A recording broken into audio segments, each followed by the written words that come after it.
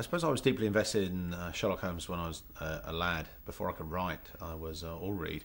I listened to all the stories on tape, so I very much had an idea of who I thought how Sherlock Holmes should be personified, and how his relationship worked with Watson.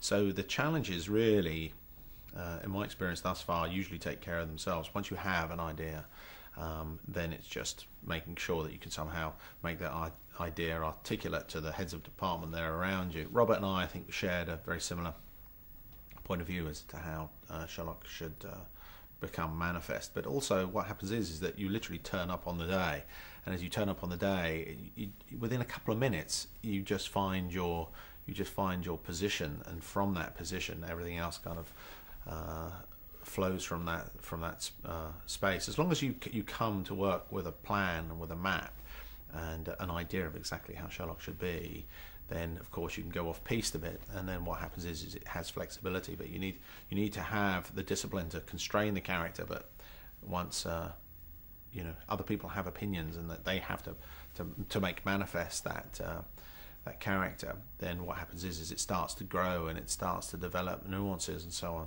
So I think my job is to sort of not be a straitjacket, but to allow some flexibility within that, what I suppose was initially my sort of my vision, but then that vision becomes augmented and informed by others.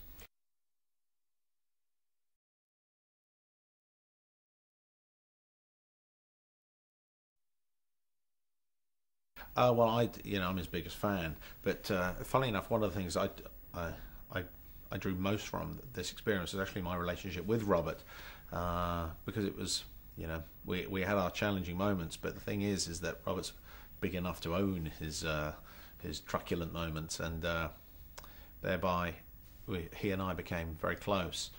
But it's funny, with the benefit of hindsight, it seems almost impossible to have used anyone else other than Robert. He just seemed so qualified for the role. So it really, I didn't really choose Robert. Robert just sort of happened. I was speaking to him about something completely different, and I was asking him who he thought Sherlock Holmes should be, and then from there it just suddenly realised I was talking to Sherlock Holmes. It's funny how that all transpired.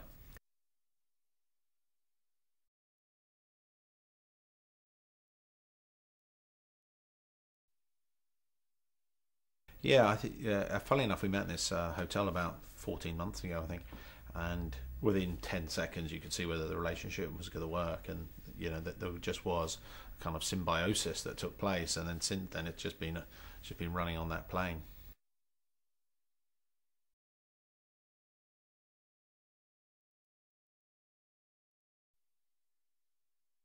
Well, I always thought Conan Doyle had a sort of very cinematic approach towards Sherlock Holmes. It just feels like it's a popular character and a popular relationship, and it was designed to. My feeling is it was designed. If the cinema existed, then Conan Doyle was writing for the cinema. So I think it's inherent that he's broadly accessible. And what we've tried to do is make a sort of broadly accessible, entertaining, but nevertheless surprising film. So that's what I've intended to do. We'll find out whether I succeed in a few weeks, I suppose.